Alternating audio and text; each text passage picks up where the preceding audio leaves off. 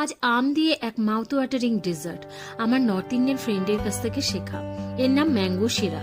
তো ফার্স্টে ম্যাঙ্গোকে পিউরি করে নিয়েছি। রেসিপিটি খুবই টেস্টি, লুচির সাথে ট্রাই করো।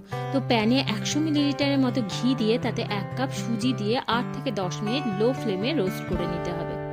এবারে এতে দিতে হবে 1 কাপ ম্যাঙ্গো পিউরি। ভালো করে মিশিয়ে 2 থেকে 3 মিনিট কুক করে নিতে হবে। এবারে দিতে হবে 1 কাপ চিনি, 150 গ্রামের মতো। ভালো করে মিশিয়ে নিতে হবে। এবারে দিতে হবে 1 কাপ দুধ আর কনস্ট্যান্ট নাড়াতে হবে যতক্ষণ না দুধ মিশে গিয়ে ঘি বের হতে শুরু করছে।